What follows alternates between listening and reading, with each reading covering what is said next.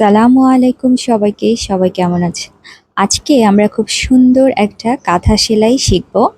আর কাঁথা সেলাইটি করার জন্য প্রথমে আমরা ২ টা লাইন করে নেব এবং এই লাইনের মধ্যে আমরা যেটা কাঁথা সেলাইয়ের যেটা বেস, মানে আমরা যেটা দিয়ে আসলে কাঁথা সেলাই করে থাকি, সেই ফোঁড়টা আমরা দিব। তবে এখানে আমরা খেয়াল রাখবো যাতে করে প্রত্যেকটা ফোঁড় একটু সমান হয় এবং দূরত্বটাও সমান থাকে, সেরকমভাবেই আমরা ফোঁড়টা তুলব। আজকে আমি সুতা ব্যবহার করছি লাচ্ছি সুতা এবং ২ গুণ পরিমাণ সুতা নিয়েছি এবং এটা একটা শেডের সুতা। হালকা রঙের গোলাপি এবং গাঢ় রঙের গোলাপি, সেই ২ টা শেড এটার মধ্যে মিক্স আছে। তো যাই হোক, আপনারা ডিফারেন্ট কালার বা সেম কালার দিয়েও এটা করতে পারবেন। এটা যেভাবেই করবেন না কেন সেভাবেই ভালো লাগবে।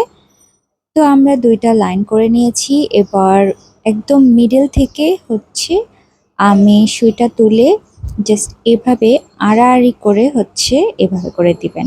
মানে জাস্ট সুইয়ের যে পেছনের দিকটা আছে, মানে মাথাটা না, যেখান দিয়ে আমরা সুইটা গাঁথি সেখান দিয়ে এভাবে করে আড়াআড়ি করে দিলেই কিন্তু এত সুন্দর একটা সেলাই হয়ে যাচ্ছে। এটা ভীষণই সহজ এবং দেখতে অনেক সুন্দর। জানি না কেন ক্যামেরাতে খুবই একটু মানে হালকা একটু কালার বোঝা যাচ্ছে, কিন্তু আসলে এটা দেখতে কত সুন্দর লাগছে সেটা বুঝতেই পারছেন। কাঁথা সেলাই কিন্তু অনেক রকমের হয়ে থাকে, মানে আরো অনেকগুলো দাগ টেনে তারপরে অনেক রকমের ডিজাইন করা যায়। মানে জাস্ট আপনি সুতাগুলো এদিক থেকে ওদিকে পাসিং করলেই কিন্তু এক একটা ডিজাইন হয়ে যাবে। নকশি কাঁথা সেলাই কিন্তু এভাবে করেই হয়, অথবা এরকম সেলাই দিয়ে আপনি কিন্তু যে কোনো ড্রেসের বর্ডার লাইন করতে পারেন, সেটা কিন্তু দেখতে অনেক সুন্দর লাগবে। এছাড়া আপনারা কিন্তু এই সেলাইটা দিয়ে মানে আপনাদের বাচ্চার ফতুয়ার কলার কিংবা মানে পাঞ্জাবির যে কলার থাকে সেখানে কিন্তু এরকম মানে সেলাইগুলো দিয়ে আপনারা ডিজাইন করতে পারেন খুবই সহজে। আর এটা সময় এত বেশি কম লাগে, মানে কি বলবো, মানে ঝটপট হয়ে যাবে, কোনো সময় ব্যয় হবে না। আর এটা আমি আজকে করছি লাচি সুতা দিয়ে। তবে আমার কাছে সেলাই করতে গিয়ে মনে হয়েছে যে এই সেলাইটা যদি কেউ ডিএমসি সুতা দিয়ে করে তাহলে খুব বেশি ভালো হয়।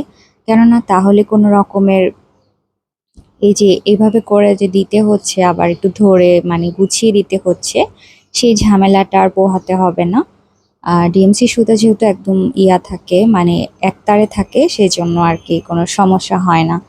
আর এটা যেহেতু আমি ২ তার নিয়েছি তাই আর কি এটা আবার একটু হাত দিয়ে ধরে গুছিয়ে দিতে হয়েছে। তারপরও আপনার হাতের কাছে যেটা আছে সেটা দিয়েও কিন্তু করতে পারবেন। আপনি চাইলে কিন্তু যে গাড়ি সুতা যেটা আছে, মানে মেশিনের যে সেলাই করে না, সেই সুতা দিয়েও কিন্তু আপনি যেকোনো সেলাই করতে পারবেন, সেটা আরও অনেক বেশি ভালো হয়। তো যাই হোক, আমরা খুব সহজে আজকে এই সেলাইটা শিখতে পারলাম আশা করি।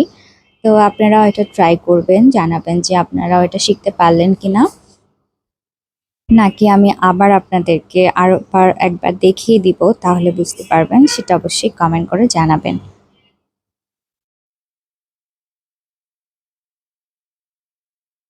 তো এভাবেই আমার সেলাইটা শেষ হয়ে গেল। যাদের কাছে আমার ভিডিওগুলো ভালো লাগে তারা প্লিজ ভিডিওতে একটা লাইক দেবেন, আর যারা এখনো চ্যানেলটি সাবস্ক্রাইব করেননি প্লিজ একটু সাবস্ক্রাইব করে দেবেন। আর উল্টা দিকে নিয়ে এভাবে করে একটা গিট দিবেন, গিট দিয়ে তারপর সুতাটা কেটে দিলেই আপনার সেলাই রেডি। এবং এটা কোনোভাবেই খুলবে না, এটা আমি ফ্রেম থেকে খুলেও দেখেছি, একদম সেলাইটা এরকমই থাকে। তো আজ এই পর্যন্তই, আল্লাহ হাফিজ।